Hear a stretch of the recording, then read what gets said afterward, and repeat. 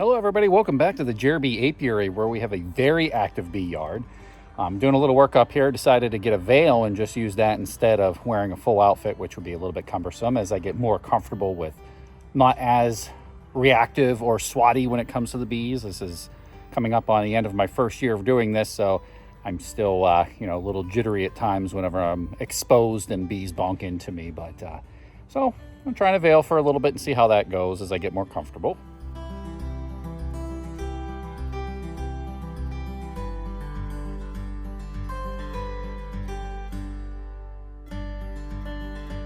So if you've ever worked a Layens hive before, you definitely are familiar with taking the cover on and off, which can be a real pain because you have to take it up, decide where you're going to put it, set it on the ground here. It's not exactly ideal.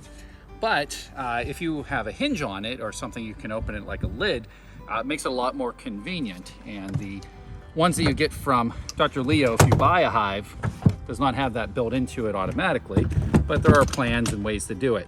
I recently saw Frederick Dunn. He's doing some experiments right now with the Layens Hive, and he's fantastic. You should really watch his videos, especially if you're new to beekeeping. He did something as simple as putting a piano hinge on one side, and I have to say that it works quite fantastic. It's not hard to do at all. It lines up very easily, and you can just take it and make a nice, simple open and close box. And then you can do some other things with it after that in order to keep the lid from opening too much so you don't put a pressure on your hinge. Or also, so it doesn't fly down in heavy winds, you can prop it up with a stick. I'm gonna show you how I'm gonna put the hinge on.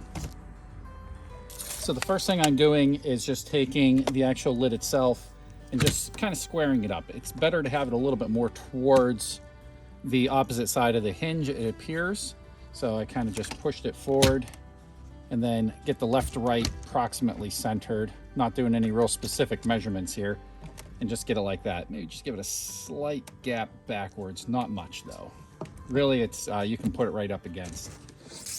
And then really, there's not much to it.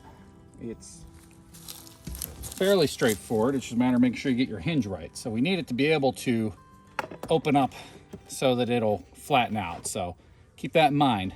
It needs to be able to go down like this. So you have your hinge, have this part towards the outside, and so that it'll collapse down like that when it's opened onto itself. Get it just approximately centered. Hold it in place and zip your first screw in. Have your first screw in there, and you can come up here. If you feel like you have your top pretty good, do your first vertical screw. Get yourself kind of re-squared here since it can pivot on there.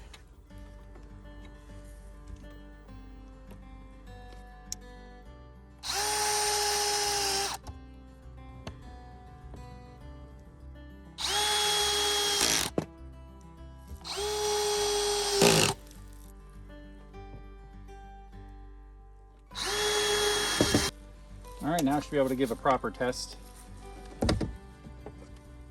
And we're good. Finish filling up all these screws. We're good to go.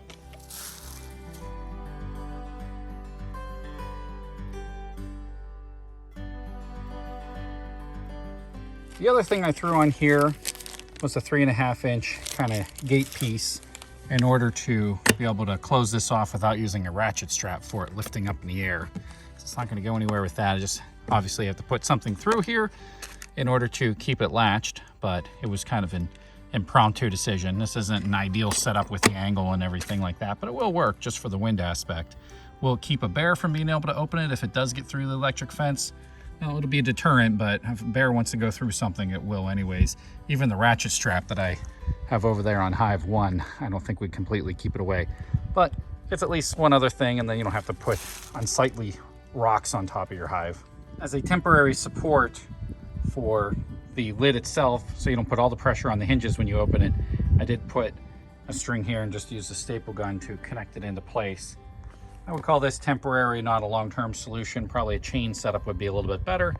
And I still am looking for something appropriate in order to keep this propped up so it doesn't fall back on you when you're working on the hive. Although It's gravity is kind of in its favor. It'd have to be a pretty windy day for it to flop back on you, and in which case I probably wouldn't be working on the hives anyways, but just a thought. Of course, the hidden benefit of the string setup is you can play music for your bees.